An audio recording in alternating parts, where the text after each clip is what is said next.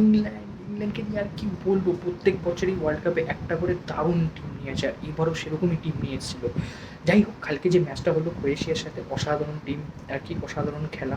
প্রথমে Harry কেনের penalty থেকে দেওয়া স্টার্ট হলো, কিন্তু প্রথম পেনাল্টিটা হয়ে গেল বাতিল, তাও VAR দিয়ে পেনাল্টি করলো হ্যারি কেন। ঠিক আছে, দেন ক্রোয়েশিয়া কামব্যাক করলো, 1-1 হয়ে গেল, দেন হ্যারি কেন আবার গোল। হ্যারিকেন গোল দেওয়ার পর দেন আবার ক্রোয়েশিয়া আবার গোল করলো, গোল করার পর তারপর ইংল্যান্ডের জুট বেলিংহ্যাম লাস্ট ফিনিশিং যেটা দিল সেই হচ্ছে মার্কাস র্যাশফোর্ড। তো যাই হোক, হ্যারিকেনকে নিয়ে আমার কিচ্ছু বলার নেই, অসাধারণ, one of the best striker in the world. Tottenham যাওয়ার পর যে বায়ার্ন মিউনিখের যে সিজনটা গেছে, প্রত্যেকবারেই Bundesliga player of the year হয়েছে। যাই হোক, ও ট্রফি জিতছে, খুব ভালো। আমি চাই UCL জিতুক, আমি চাই ওয়ার্ল্ড কাপটাও জিতুক।